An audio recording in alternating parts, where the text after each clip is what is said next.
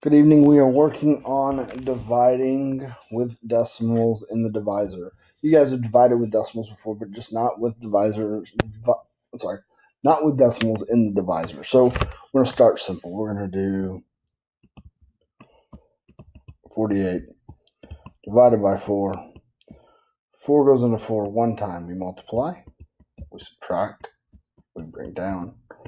4 goes into 8 two times. We multiply. We subtract. We have 0. There's nothing to bring down. Okay? So that was pretty easy. Now here's the thing. That one doesn't have a decimal in the divisor. Let's hang on. I'm getting ahead of myself. I apologize. 4.8 divided by 4. 4 is a whole number, so it's fine. I'm going to pull my decimal straight up into my problem. I'm not going to worry about it. I'm just going to divide. 4 still goes into 4 once. Again, multiply, subtract, bring down. 4 goes into 8 twice. Multiply, subtract. There's nothing to bring down. 4 goes into 4.8, 1.2. Both of these you have seen before. This is not new.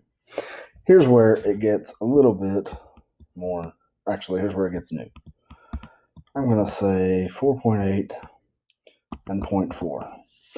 Now, the important thing to remember is that you can never have a decimal in the divisor. So your first step is to make the divisor a whole number. How do we do that? We move the decimal as many places as it takes to make it a whole number. In this case, it takes one place. And then I have to do the same thing on the inside. So I'm going to move that one place, put my decimal. Now I've got 48 divided by 4. I'm not going to go through all that math again because we've already done it. We know that's 12. Okay. And let's go ahead and put by moving the decimal. Okay, so that's step 1. Move that decimal. Let's say we have 1.2 into 0.036. I thought that would be interesting. Make the divisor a whole number by moving the decimal. Okay, I'm going to move it over. I moved it 1, so I have to move this over. I don't want to know what happened there. I have to move this over 1. I'm going to put it straight up into the quotient. 12 goes into 0 0 times. Multiply, subtract, bring down. 12 goes into 3 0 times. Multiply, subtract, bring down. 12 goes into 36 3 times. 1.2 will go into 36 thousandths, 300ths times. There we go. All right. So your second step, if you haven't caught it, is we're going to move the decimal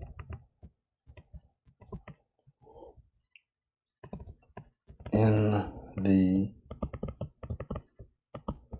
dividend the same number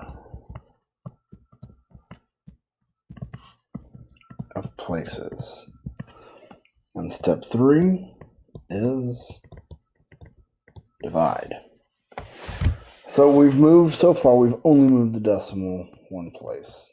1.2 goes into, let's make it a little more interesting, 1.44. This time I'm moving the decimal 2 places. So I'm moving the decimal 2 places, pulling it up, and 12 goes into 14 once. Multiply, subtract, bring it down, goes into 24 twice. Multiply, subtract, we're done. So 12 goes into 12 hundredths goes into 1.44 12 times.